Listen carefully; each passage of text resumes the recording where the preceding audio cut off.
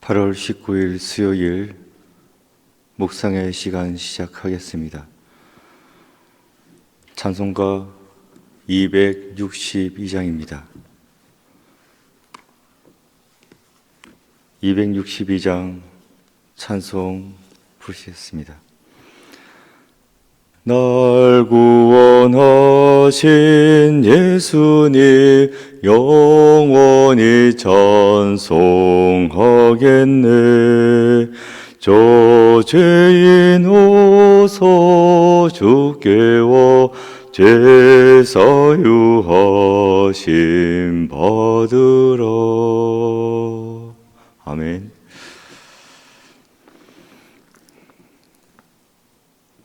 오늘 말씀의 제목은 승리의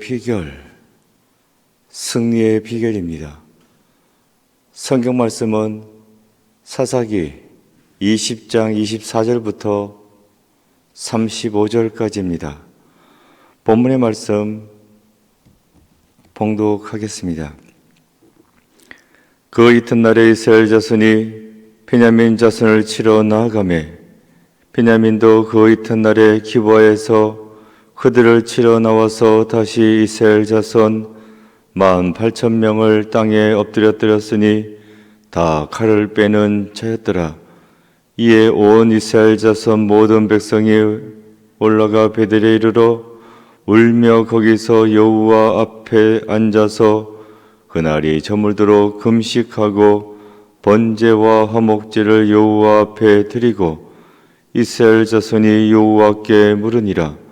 그때에는 하나님의 언약궤가 거기 있고 아론의 손자인 엘르아살의 아들 비나스가 그 앞에 모시고 섰더라.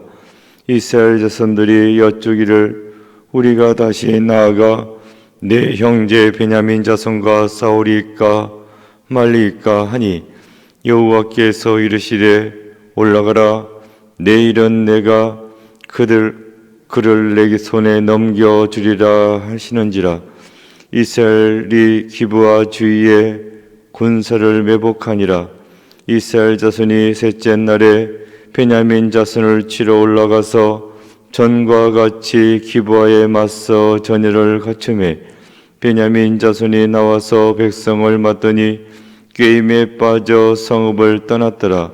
그들이 큰 길 곧 한쪽은 베델로 올라가는 길이요 한쪽은 기바에 들로 가는 길에서 백성을 쳐서 전과 같이 이스라엘 사람 30명가량을 죽이기 시작하며 베냐민 자손이 스스로 이르기를 이들이 처음과 같이 우리 앞에서 패한다 하나 이스라엘 자손은 이르기를 우리가 도망하여 그들을 성읍에서 큰 길로 떼어내자 하고 이스라엘 사람이 모두 그들의 처소에서 일어나서 바알 디말에서 전열을 갖추었고 이스라엘의 복병은 그 장소 곧 기브아 초장에서 쏟아져 나왔더라.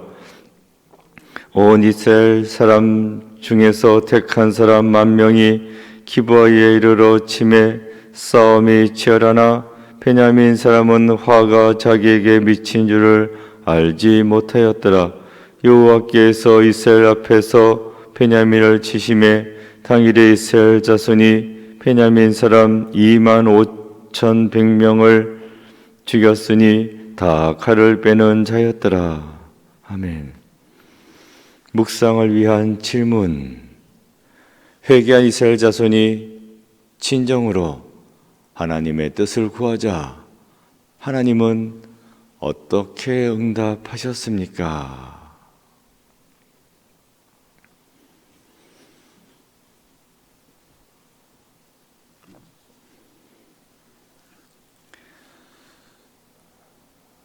깊은 묵상의 시간입니다. 덩케르크 작전이라고 있습니다. 2차 대전 당시에 프랑스 북부 덩케르크 해안에 고립된 영국군 연합군을 구출하는 작전입니다.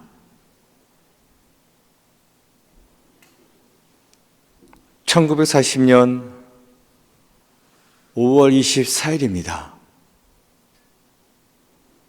독일군이 덩케르크를 향하여 진격해오다가 전방 16km 지점에서 갑자기 멈춰섰습니다.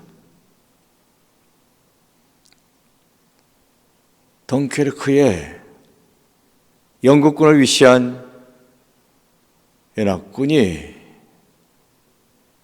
피하다가 고립되어 있는 상황이었습니다. 앞에서는 독일군이 치고 올라오고 뒤는 바다입니다.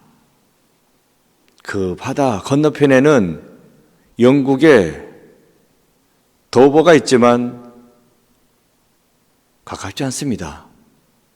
72km. 앞으로 나가자니 독일군에 비해서 전세가 아주 약했습니다. 뒤로 피하자니 바다입니다. 72km 바다를 헤엄쳐서 영국까지 갈 수 없는 상황입니다. 이럴 수도 없고 저럴 수도 없고 길은 둘 중에 하나였습니다. 항복하느냐 전멸당하느냐. 그런데 갑자기 독일군이 16km 지점에서 멈춰섰습니다. 그대로 멈춰섰습니다. 꼼짝도 안 합니다. 그때를 틈을 타 영국에서 배를 보냈고 거기는 군함만 있는 것은 아닙니다. 어선까지 아주 조그만 어선까지 다 보냈고 그때 동원된 배가 861척입니다. 그 배를 타고 도브 해협을 건넜습니다. 그래서 무사히 탈출할 수 있었다. 탈출했었기에 전열을 정비해서 반격할 수 있었고 그래서 2차 대전에서 승리할 수 있었다. 그런데 왜 히틀러가 덩케르크를 앞두고 멈춰섰을까? 미스테리입니다. 밀고 올라갔으면 독일군이 승리했고 지금 역사도 많이 바뀌어졌을 것입니다. 그런데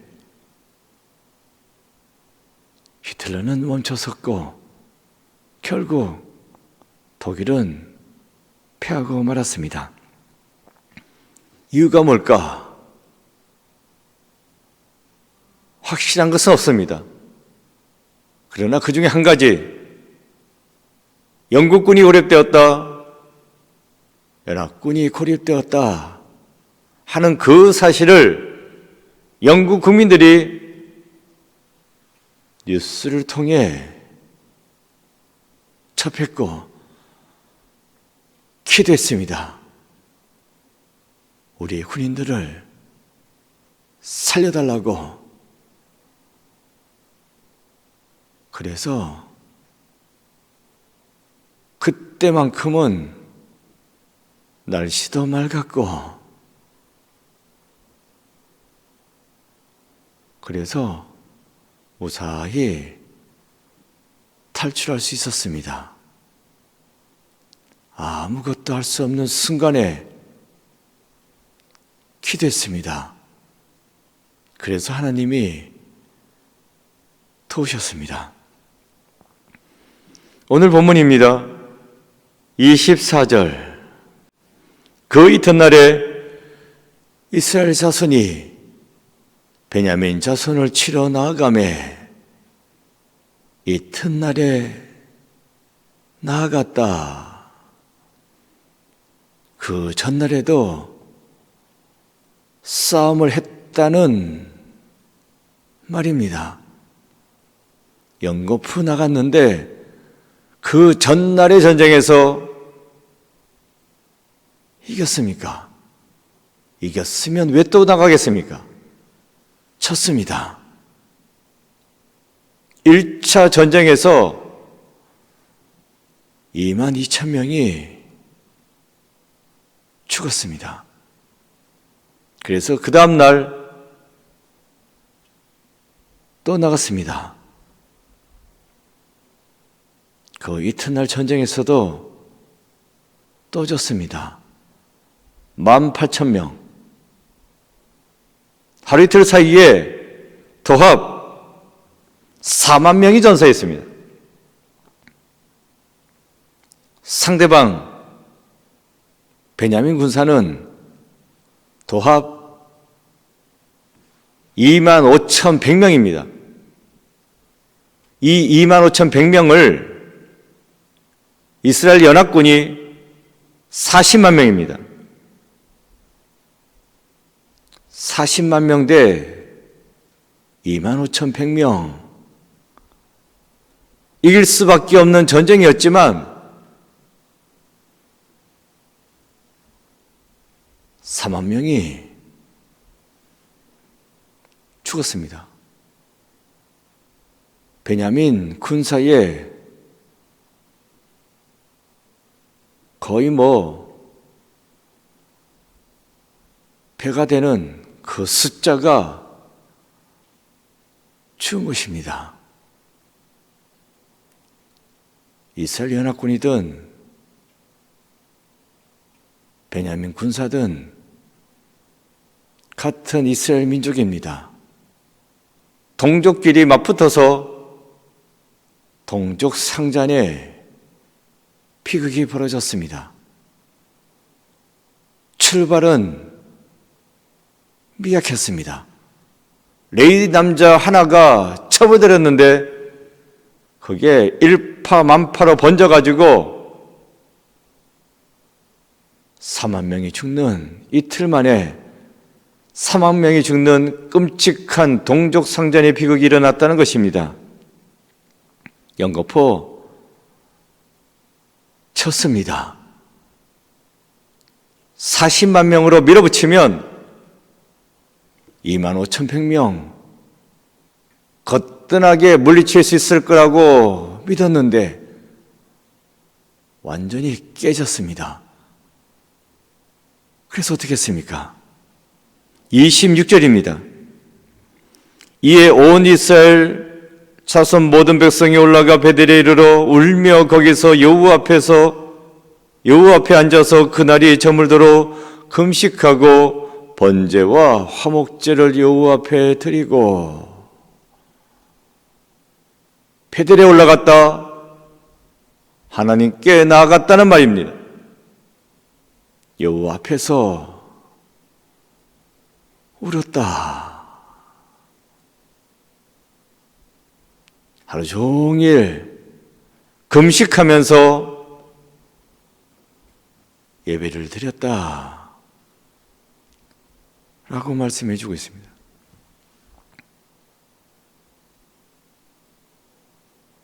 어려움에 처하니까, 너무 힘든 가운데 빠지니까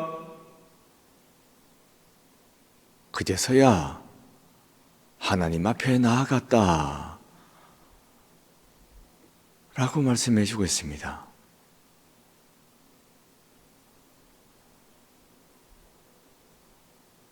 미리 깨달아 알고 하나님 앞에 나아갔으면 얼마나 좋았겠습니까?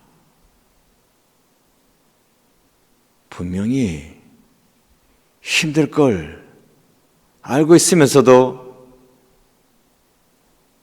물론 기도도 했지만 심각한 어려움에 빠지자 그제서야 하나님 앞에 나아가고 있습니다.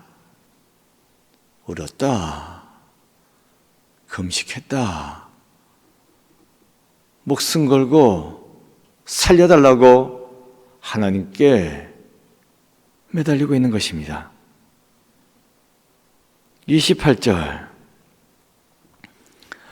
아론의 손자인 엘라사렙의 아들 비나스가 그 앞에 모시고 섰더라. 이스라엘 자손들이 여쭈기를 우리가 다시 나아가 내 형제 베냐민 자손과 싸우리이까 말리이까 하니 여호와께서 이르시되 올라가라, 내일은 내가 그를 내 손에 넘겨주리라 하시는지라. 제사장을 앞세워서 묻습니다. 그 전에는 기도를 했어도 내 뜻대로, 내 생각대로, 내 판단대로 기도했습니다.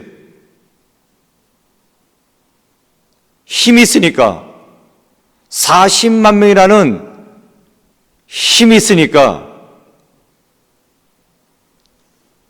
25,100명 저것쯤이야 생각하고 내 힘을 앞세워서, 내 뜻을 앞세워서, 내 생각을 앞세워서 기도했습니다. 그런데 안 되네. 박살나고 난 다음에 내 뜻보다도 하나님의 뜻을 묻고 있습니다.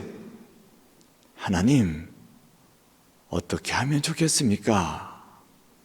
하나님 앞에 나와서 하나님의 종에게 매달리면서 우리가 어떻게 해야 될지 좀 여쭤봐달라고 그렇게 간청했고, 그 모습을 보고 하나님께서는 내일 전쟁 다시 한 번 더 하자, 그때는 내가 너희들과 함께 하겠다 라고 약속해 주십니다. 그래서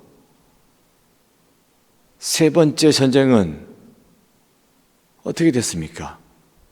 이겼습니다. 마지막 절 35절입니다. 여호와께서 이스라엘 앞에서 베냐민을 치심해 당일에 이스라엘 자손이 베냐민 사람 25,100명을 죽였으니 다 칼을 빼는 자였더라.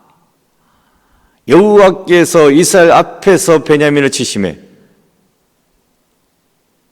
내 힘과 내 능력을 앞세웠던 1차 전쟁, 2차 전쟁은 무참하게 패했습니다.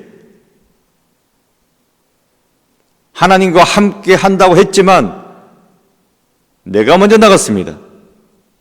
내가 힘이 있으니까 패했습니다. 세 번째, 이런 식으로는 할 수 없지, 이거 아니지 하고 하나님 뒤를 쫓아갔습니다. 하나님께서 앞장서셔가지고 베냐민을 쳤습니다. 그랬기에 세 번째 전쟁에서는 연합군이 승리할 수 있었습니다. 그 전쟁으로 인해서 세 번째 날 전투로 말미암아 베냐민 사람 26,700명이 죽습니다.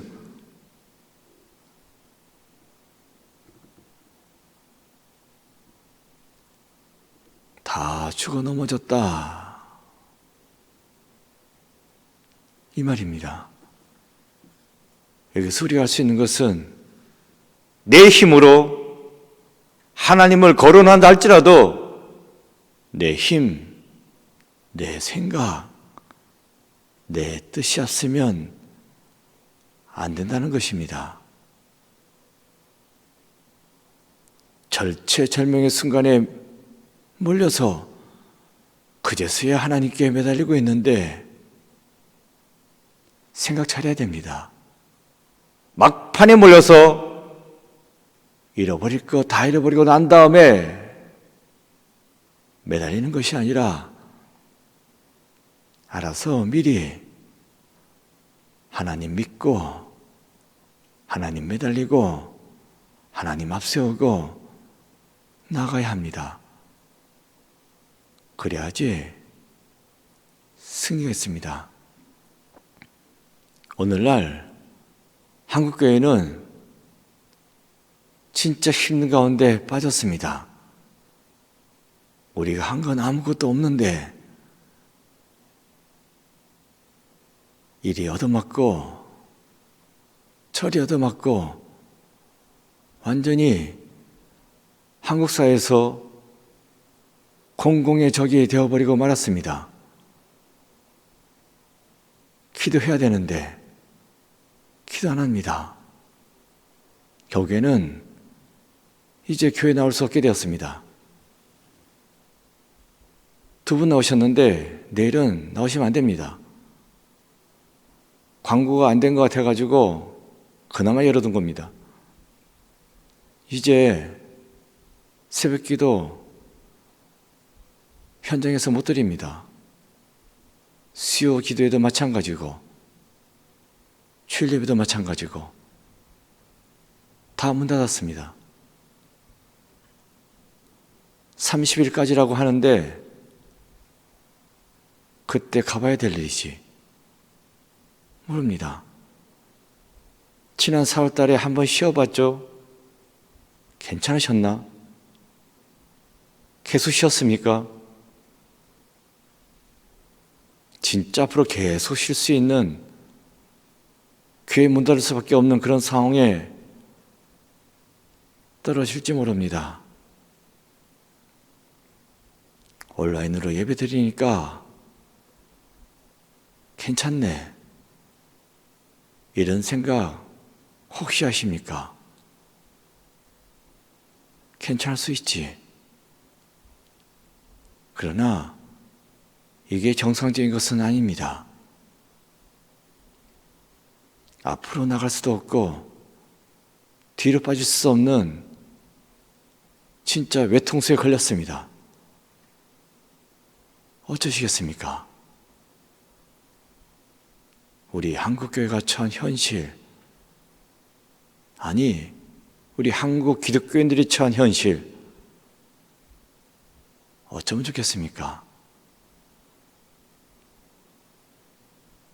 조심하라고 두려워하지는 말되 조심하라고 그렇게 말했건만 결국 이런 일이 터지고 말았습니다. 이러한 때에 내 생각, 내 판단 물론 있어야 되겠지만 진짜 각자의 처소에서 하나님께 매달려 기도하시고 이번이 마지막이 되고 다시는 교회 문이 닫히는 없도록 해달라고 기도하시는 여러분 되시기 바랍니다. 이미 문자도 보냈지만 오늘부터 30일까지 교회 폐쇄입니다. 폐쇄. 무슨 말씀인지 아시죠? 기도하겠습니다. 적혀져 있는 기도문 기도하는 마음으로 읽겠습니다. 위기의 순간에 하나님께 기도함으로 승리하게 하소서. 아멘. 고백과 다짐입니다. 하나님의 도우심을 구하는 기도문을 만들어 봅시다. 기도했습니다. 아버지 하나님, 이 나라가 바이러스로 어려운 가운데 있고 그런 가운데 우리 한국교회가 문을 닫게 되는 어려움에 처하게 되었습니다. 비둘기처럼 순전해 하기도 하지만 뱀처럼 지혜로워야 한다고 했는데